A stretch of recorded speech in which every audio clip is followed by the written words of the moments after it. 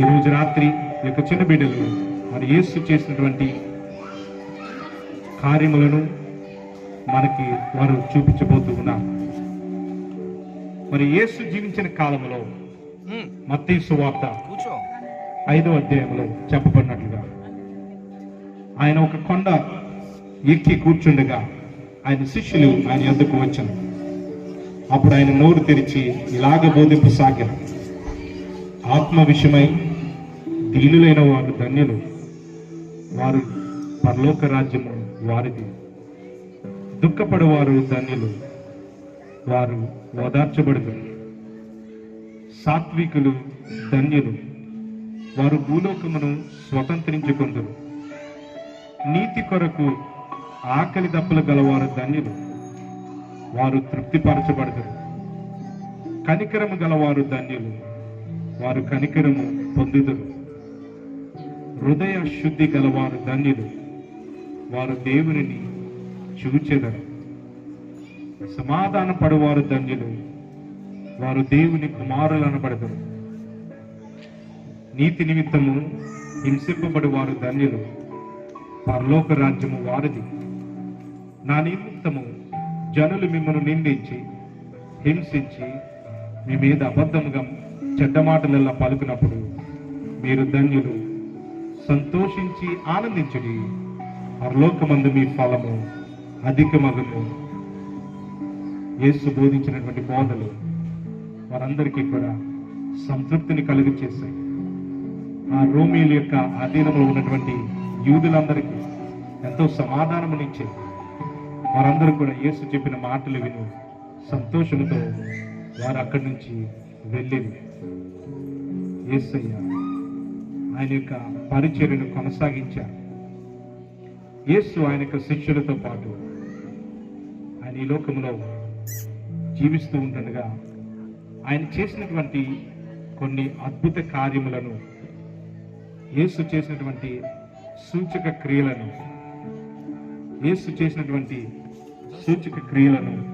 అద్భుతాలను వారు జరిగించారు.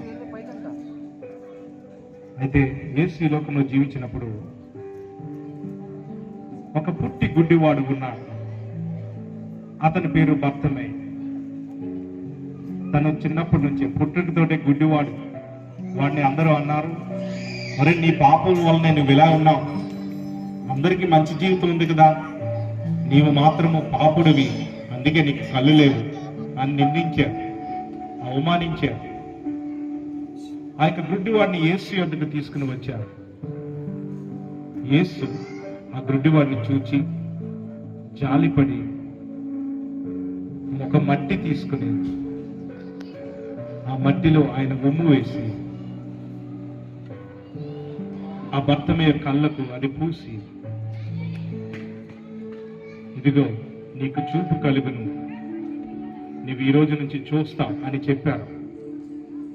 ఆ బర్తిమైకు చూపు వచ్చింది. వాడు చూడడం ప్రారంభించాడు, సంతోషపడ్డాడు. యేసు చేసిన అద్భుతాలను ఆ చుట్టుపక్కల ఉన్న వారందరూ కూడా చూసి సంతోషపడ్డారు. అదేవిధంగా ఆ సమాజంలో కొంతమంది కుష్ఠరోగులు ఉండేవారు. కుష్ఠరోగుల్ని ఆ దినాలలో సమాజానికి దూరంగా ఉండేవారు. వారిని అంటరాని వారిగా చూసేవారు. వారిని సమాజంలోనికి రానిచ్చేవారు కాదు. వారి యొక్క జీవితము ఒక శపింపబడినటువంటి జీవితం. ఒక అంటువ్యాధితో బ్రతికేటువంటి కుష్ఠరోగిని యేసు యొద్దకు వచ్చినప్పుడు యేసు ఆ అంటరానటువంటి కుష్ఠరోగిని ముట్టుకుని యేసు యొక్క శక్తి చేత ఆ కుష్ఠరోగిని బాగు చేశాడు. ఆ కుష్ఠరోగి ఆ యొక్క శరీరము నూతన పరచబడ్డం చూసి యేసు చేసినటువంటి గొప్ప అద్భుతం అని సంతోషపడి ఆయన గంతులు వేసి సమాధానంతో అక్కడి నుంచి వెళ్ళాడు. యేసు చేసినటువంటి కార్యాలను ఆ ఊరిలో సమాజంలో ఉన్నవారు అందరూ కూడా చూశారు. ఆ రోజుల్లో పేదవారు వైద్యుల దగ్గరికి వెళ్ళేటువంటి పరిస్థితి లేదు. అటువంటి పరిస్థితుల్లో యేసు చేసినటువంటి కార్యాలను చూసినటువంటి కొంతమంది యేసు ఎవరినైనా బాగు చేయగలరని ఒక పక్షవాయువు గలవాన్ని యేసు యొద్దకు తీసుకుని వచ్చారు. ఆ పక్షవాయువు గలవాడు తీసుకొచ్చినటువంటి వారి యొక్క విశ్వాసాన్ని యేసు చూచి, ఇదిగో మీ విశ్వాసము చాలా గొప్పది అని యేసు వారిని ప్రశంసించి ఆ యొక్క పైకప్పు విప్పి కిందకి దించినటువంటి ఆ యొక్క పక్షవాయువు గలవానికి చెప్పారు, ఇదిగో నీ పాపములు క్షమించబడ్డాయి, నీవు లేచి నీ పరుపెత్తుకుని నీవు నడువుము అని యేసు పలుకగా ఆ పక్షవాయువు గలవాడు స్వస్థపరచబడిన. యేసు చేసినటువంటి కార్యములు చూచి వారందరూ కూడా ఆశ్చర్యపోయారు. ఆ విధంగా వారు యేసుకి కృతజ్ఞతాస్తుతులు చెల్లించి మొరొక్కి వారు సంతోషముతో సమాధానముతో వెళ్ళెను. యేసు ఒక దినమున నేల మీద కూర్చుని ఆయన ఏదో రాస్తున్నాడు, ఏమో రాయిచుండెను. అటువంటి సమయంలో ఆయన రాస్తున్నటువంటి సమయంలో ఆ సమాజంలో అనేక మంది మరి పాపులుగా పరిగణింపబడినటువంటి వారిలో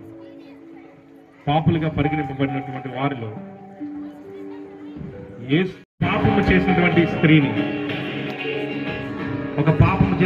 స్త్రీని పట్టుకుని రాళ్ళతో కొడుతూ యేసు యొద్దకు తీసుకుని వచ్చారు. ఇదిగో పాపము చేసినటువంటి స్త్రీని రాళ్ళతో కొట్టి చంపండి, ఆమెను చంపండి, వ్యభిచారము చేస్తూ పట్టబడిందని వారు రాళ్ళిచ్చి కొట్టసాగారు. ఆ సమయంలో యేసు వారిని చూచి ఆగండి అని చెప్పి వారిని ఆపారు. ఇదిగో ఈమె మీరు పాపము చేసిందని చెప్తున్నారు కదా, మోసే ధర్మశాస్త్ర ప్రకారంగా రాళ్ళిచ్చి కొట్టాలని చెప్పారు కదా, అయితే నేను మీకు ఒక మాట చెప్తున్నాను, మీలో పాపము లేనివాడు ఎవరో మొట్టమొదటిగా రాయి విసరండి అని చెప్పినప్పుడు ఆ యొక్క గుంపులో ఉన్నటువంటి వారందరూ కూడా, సమాజం అంతా కూడా వారు తలదించుకుని వారి యొక్క పాపములు వారికి కనబడ్డాయి కనుక వారి నిస్సహాయమైన స్థితిలో వారి తప్పులు వారికి కనబడట చూచి, ఇదిగో చిన్నపిల్లల నుంచి పెద్దవారు వరకు వారు మౌనంగా వెనక్కి తిరిగి వారు ఒకరికొకరు వెళ్ళిపోయారు. అప్పుడు యేసు, అమ్మా లేవు, నిన్ను ఎవరూ ఏమనలేదా? నేను కూడా నిన్నేమన్నా, మరి ఇంకెన్నడూ కూడా పాపము చేయకుండా నీవు జీవించమ్మా, నీతిమంతురాలుగా జీవించు అని యేసు ఆమెను చెప్పి సమాధానంతో పంపించాను. యేసయ్య చెప్పినటువంటి ఆ సమాధానము ఆ యొక్క శిష్యులు కానీ వారందరూ కూడా ఆశ్చర్యపోయారు. అదేంటి, యేసుని పట్టుకుందామని అనుకుంటే మాలో ఉన్నటువంటి తప్పులనే ఆయన చూపించగలిగాడంటే, ఈయన ఆ వ్యక్తిని కాపాడాడు, ధర్మశాస్త్రము ద్వారా ఆయన పట్టుకుందామని చెప్తే ఆయన పట్టబడలేదే. యేసు మహాజ్ఞాని, ఆయన ప్రేమించేవాడు అని తెలుసుకున్నారు. కొన్ని దినముల తర్వాత యేసు ఎక్కువగా ప్రేమించినటువంటి తన యొక్క స్నేహితుడిగా పిలువబడినటువంటి లాజరు చనిపోయినప్పుడు ఆ ఊరిలో తన యొక్క సహోదరులు, అయ్యో ఈ సమయంలో యేసు ఉంటే నా తమ్ముడు బ్రతికేవాడే, ఆయన చనిపోయేవాడు కాదే, ఆయన బ్రతికిండేవాడు కదా అని కన్నీరు కారుస్తూ ఉండేది. ఆ సమయంలో యేసు ఆ ఊరికి వచ్చినప్పుడు యేసు ఆ లాజరుని చూసి కన్నీరు కార్చాడు. అయితే యేసే పలికాడు, ఇదిగో లాజరు నీవు సమాధిలో నుంచి బయటికి రమ్ము అని పలికిన వెంటనే లాజరు సమాధిలో నుండి బయటికి వచ్చాడు. యేసు లాజరు యొక్క కట్లు విప్పి, ఇదిగో నీవు దేవుని శక్తి వల్ల జీవించేవాడు అని ఆయన తెలియపరిచాడు. దాంతో అనేక సహోదరులు సంతోషపడి తన యొక్క తమ్ముడితో యేసుని ఆరాధించారు. వారు సంతోషంతో అక్కడి నుంచి వెళ్ళారు. యేసుకు అసాధ్యమైనది ఏదీ లేదు అని వారు తెలుసుకున్నారు. యేసయ్య అద్భుతములు చేయుటకు సామర్థ్యం అని వారు తెలుసుకున్నారు. అయితే యేసు ప్రభు వారి యొక్క ఇదిగా నేను చెప్తాను, యేసు ఎక్కడున్నాడో, నాకు ఈ డబ్బులు సరిపోలేదు, ఇంకా నాకు డబ్బులు ఇవ్వు అని వాదించి యేసుని చూపించి ఆ ప్రధాన యాజకునికి అప్పగించి వెళ్ళాను. ఆ రాత్రి యేసు ఎంతో వేదనలో ఉంటూ ఉంటాడు. ఆయనకు శిష్యులు అలసిపోయి పడుకున్న సమయంలో ఆ యొక్క రోమా సైన్యము వారు వచ్చి రోమా సైన్యము వారు యేసుని పట్టుకోవడం చేశారు. యేసుని వారు బంధించారు.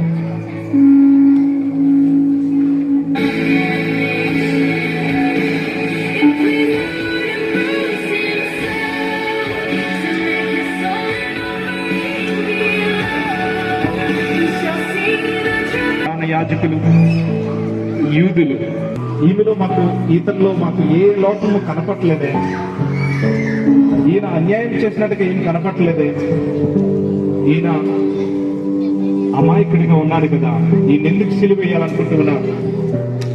చూడండి, మీకు యేసు కావాలా? బరబ్బ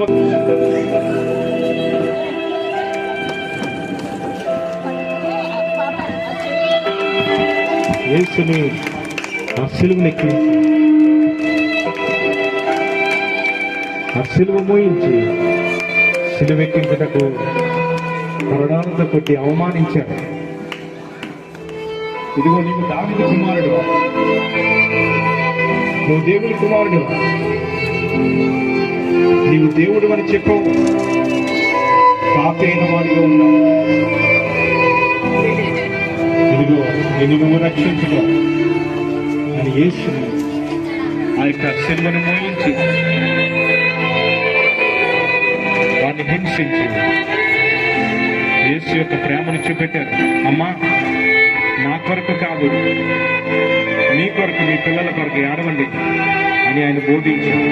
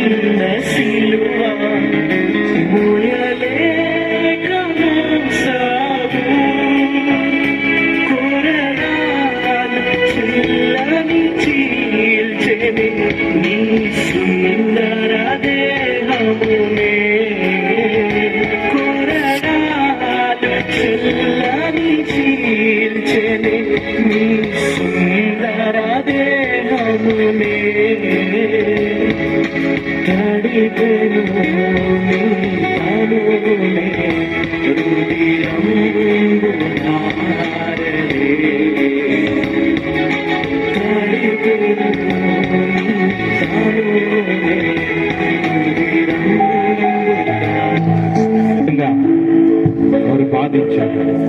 ఆ సిలువలో ఆయన పలికినటువంటి మాటలు ముగించుకుని ఆయన మరణించారు. ఆయన చెప్పారు, తండ్రి, నా ఆత్మను మీ చేతికి అప్పగించుకుంటూ ఉన్నానని. ఆయన సిలువలో మరణించిన తర్వాత ఆయనను తీసుకుని వెళ్ళి ఒక సమాధిలోని ఆయనను పెట్టారు.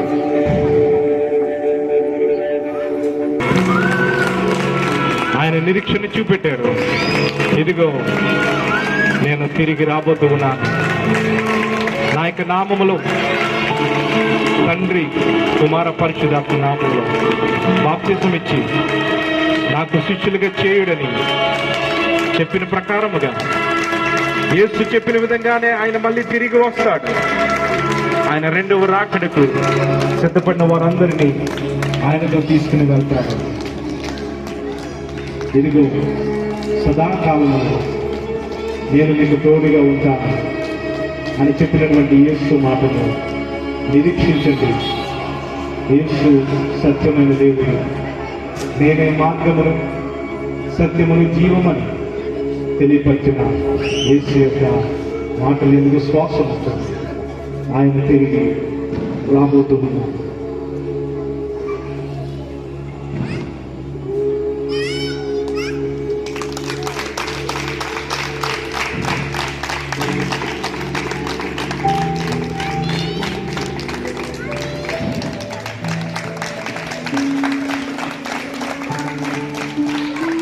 ఇంకా మరి